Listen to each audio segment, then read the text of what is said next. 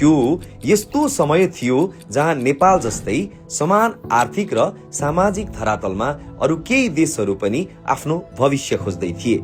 चीन, भियतनाम र दक्षिण कोरिया। तपाईलाई सुन्दा दन्त्य कथा जस्तो लाग्न सक्छ, तर त्यो त्यस्तो समय थियो जब नेपालले दक्षिण कोरियालाई खाद्यान्न सहयोग गर्ने हैसियत राख्दथ्यो।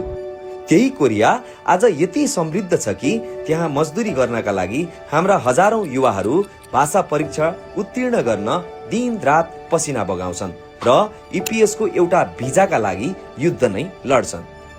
उस्तै प्रति व्यक्ति आम्दानी र विकासका अन्य सूचकाङ्कहरूमा समान रहेका राष्ट्रहरू आज विश्व अर्थव्यवस्थाको दरिलो खम्बा बन्दै गर्दा नेपाल कहाँ चुक्यो?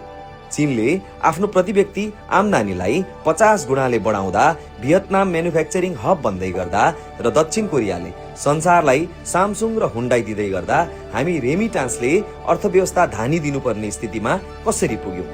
पासपोर्टमा भिजा लाग्नु कसरी हाम्रा छोराछोरीको जीवनको सबैभन्दा ठूलो उपलब्धि बन्न पुग्यो? इतिहास नै साक्षी छ।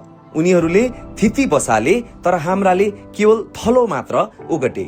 उनीहरूले पुस्ता सुधार्ने भिजन राखे तर हाम्रा नेतृत्वले केवल चुनाव जित्ने दाउपेच मात्र रचिरहे। आज म यहाँ तथ्याङ्कको एउटा निर्मम ऐना लिएर उभिएको छु।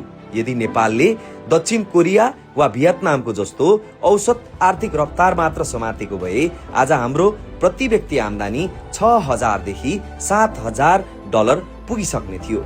हाम्रा युवाहरू मरुभूमिमा पसिना बेच्न लाइन लाग्नुपर्ने थिएन।